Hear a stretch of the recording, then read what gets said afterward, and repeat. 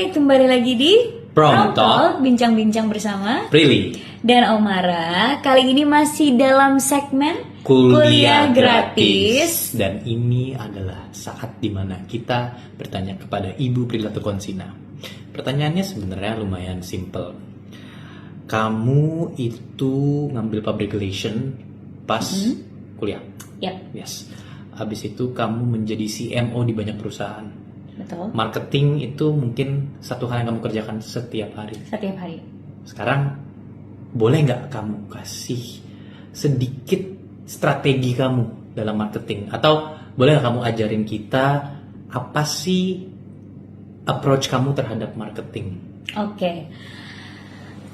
Aku akan ngajarin marketing yang mendasar aja dulu ya. Karena kan marketing itu luas banget gitu, dan nggak bisa cuma satu sesi aja ngajarin orang marketing. Aku pun saat ngajar di kelas ngebahas marketing itu ada tahapannya.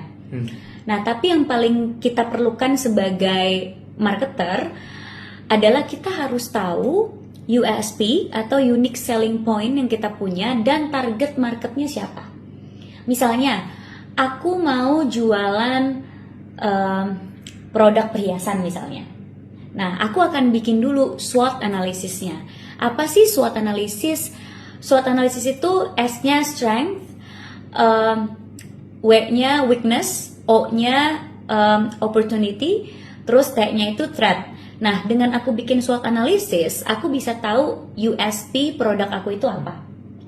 Aku bisa tahu weakness terhadap produk aku itu apa. Tapi aku juga bisa tahu opportunity yang aku bisa dapatkan dari luar apa, ancamannya juga apa.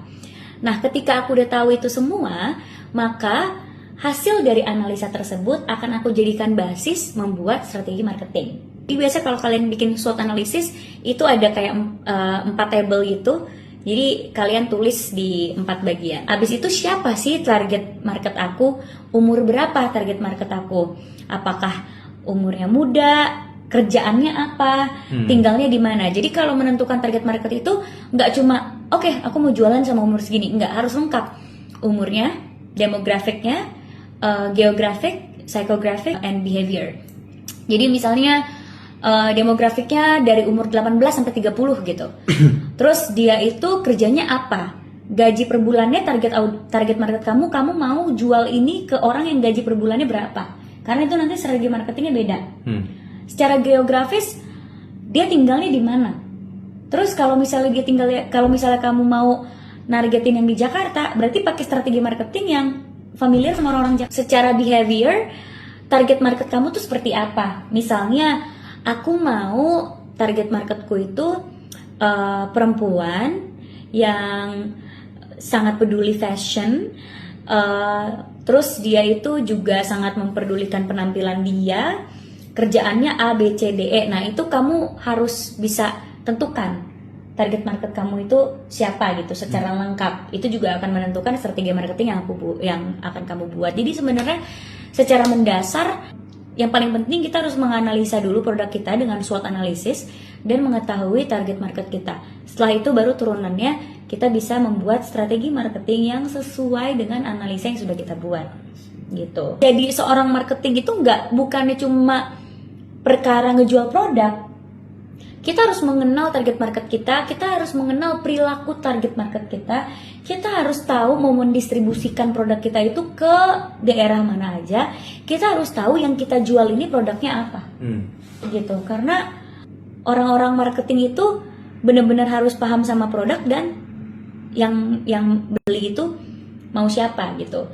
Jadi itulah yang membedakan mungkin marketing sama salesperson. Karena kalau marketing itu benar-benar secara strategi bagaimana market this product. Market itu bukannya cuma generate traction atau generate purchase aja, tapi raise awareness, membuat produk itu ada di top of mind-nya customer gitu-gitu. Kalau salesperson kan emang dia tugasnya menjual gitu ya, harus ada uang yang masuk. Tapi kalau marketing tuh is more than that gitu.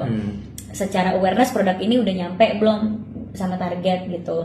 Secara perform di digital atau sosial media udah sesuai belum sama apa yang kita mau. Baru lewat strategi marketing itu, apakah strategi tersebut membuat customer jadi beli, generate purchase gak gitu, dan kalau generate purchase berapa persen gitu. Jadi ya it's so complicated sebenarnya kalau ngomongin marketing, dan sebenarnya tadinya aku mau ngebahas ini tapi ternyata pembahasan marketing panjang banget. Dan ini fun fact ya, ketika aku mengambil psikologi di kuliah, salah satu hal yang menurut aku paling menarik dan juga agak berat adalah soal marketing gitu, karena behavior orang, perilaku orang, dan cara orang berpikir itu sangat ternyata Berbeda-beda.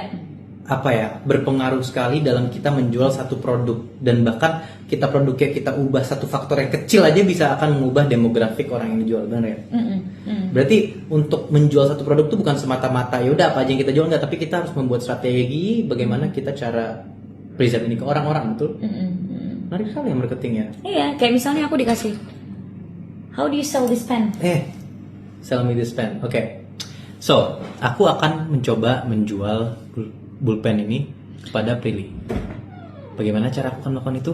Aku harus belajar lebih soal marketing.